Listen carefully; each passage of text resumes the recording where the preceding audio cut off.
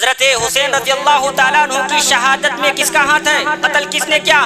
قتل تو تم نے کیا۔ حضرت حسین رضی اللہ تعالیٰ عنہ کو مکہ مکرمہ اور مدینہ منورہ سے تم نے کوفہ کی طرف بلایا، اور حضرت حسین رضی اللہ تعالیٰ عنہ کو بلا کر لڑائی کی صورتحال تم نے پیدا کی۔ حضرت حسین رضی اللہ تعالیٰ عنہ کو شہید تم نے کیا، اور پھر ان کے شہادت کا غم بھی مناتے ہو۔ ایک اور بات سمجھ میں نہیں آتی، حسین رضی اللہ تعالیٰ عنہ کی شہادت کے موقع پر صحابہ کرام کو سب و شتم کیوں کیا جاتا ہے؟ صحابہ کرام کو کیوں گالیاں دی جاتی ہیں؟ صحابہ کرام کے تعلق سے برا عقیدہ کیوں رکھا جاتا ہے؟ صحابہ کرام کو سوائے 5 صحابہ کے تمام صحابہ کو کافر کیوں قرار دیا جاتا ہے؟ اور عائشہ فی النار نعوذ باللہ، عائشہ جہنمی ہے کے نعرے کیوں لگائے جاتے ہیں؟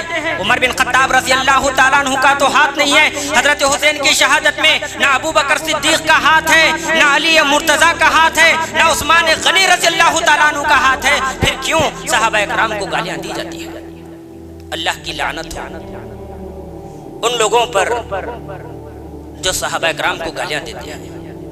لعنت اللہ علی شرکم، لعنت اللہ علی شرکم، لعنت اللہ علی شرکم، اللہ کی لعنت ہو ان لوگوں پر جو صحابہ کرام کو گالیاں دیتے ہیں، جو صحابہ کرام کو برا بھلا کہتے ہیں، جو صحابہ کرام پر سب کو شتم کرتے ہیں۔ اور یہ اللہ کی لعنت ہم اپنے آپ سے نہیں بھیج رہے ہیں، اللہ کے نبی نے ہمیں حکم دیا ہے۔ آپ علیہ الصلوۃ والسلام نے فرمایا، ترمذی کی روایت ہے، صحیح روایت ہے، اذا رأيتم الذين يسبون اصحابي فقولوا لعنت اللہ علی شرکم۔ آپ علیہ السلام نے فرمایا، لوگو جب تم ان لوگوں کو دیکھو جو میرے صحابہ کو گالیاں دیتے ہیں، جو میرے صحابہ کو برا بھلا کہتے ہیں، جو میرے صحابہ پر سب و شتم کرتے ہیں، فقولوا لعنت اللہ علی شرکم، تو تم کہو اللہ کی لعنت ہو تمہارے اس برے فعل پر۔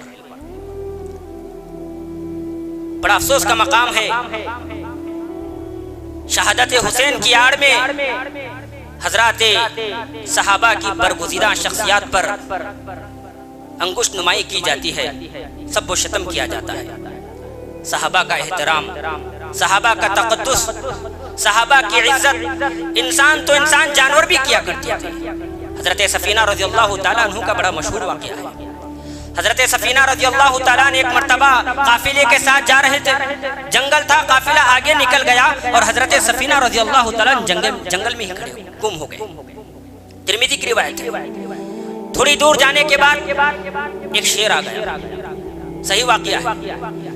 حضرت سفینہ رضی اللہ تعالیٰ پر حملہ ہی کرنے والا تھا۔ سفینہ نے کہا، اے جنگل کے بادشاہ رک جا، ارے تو جانتا نہیں میں کون ہوں؟ میں کائنات کے امام کا ساتھی ہوں، میں نے محمد رسول اللہ صلی اللہ علیہ وسلم کی خدمت کی ہے، تو میرا بال بھی بیکار نہیں کر سکتا۔ وہ شیر جس کے بارے میں ہم نے سنا ہے، وہ نوچ لیتا ہے، کھا لیتا ہے، تھاڑے مارتا ہے، فوراً اچک لیتا ہے۔ وہ شیر صحابی کے کلمات سن کر تم دباتے ہوئے حضرت سفینہ رضی اللہ تعالیٰ عنہ کے پاس آ کر بیٹھ گیا، اور نہ صرف بیٹھا بلکہ آپ کو آپ کے قافلے تک بھی چھوڑایا۔ یہ جانوروں کی، یہ جانور ہے جو صحابہ کرام کی عزت کیا کرتے تھے۔ کیا ہم جانور سے بدتر ہو گئے؟ کیا ہم نے صحابہ کے مقام و مرتبے کو نہیں پہچانا؟ اللہ رب العالمین نے صحابہ کرام کے بارے میں گواہی دی، رضی اللہ عنہم ورضوا عنہ، اللہ تعالیٰ صحابہ سے راضی اور صحابہ اللہ سے راضی۔ تم کیسے کہہ سکتے ہو کہ تمام صحابہ کافر سوائے 5 صحابہ کے؟ اللہ رب العالمین نے فرمایا، محمد رسول اللہ والذین معه اشداء علی الکفار۔ یہاں پر بھی اللہ رب العالمین نے صحابہ کی تعریف بیان فرمائی، وَكُلًّا وَعَدَ اللَّهُ الْحُسْنَى، اللہ رب العالمین نے ہر صحابی کے لیے جنت کا وعدہ کر رکھا ہے۔ پھر تم کیسے نعرہ لگاتے ہو عائشہ فی النار نعوذ باللہ، عائشہ جہنم؟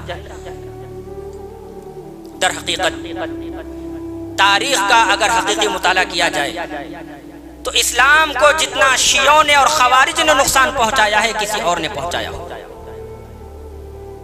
انہی لوگوں کی وجہ سے امت میں فتنہ و فساد پیدا ہوتا ہے۔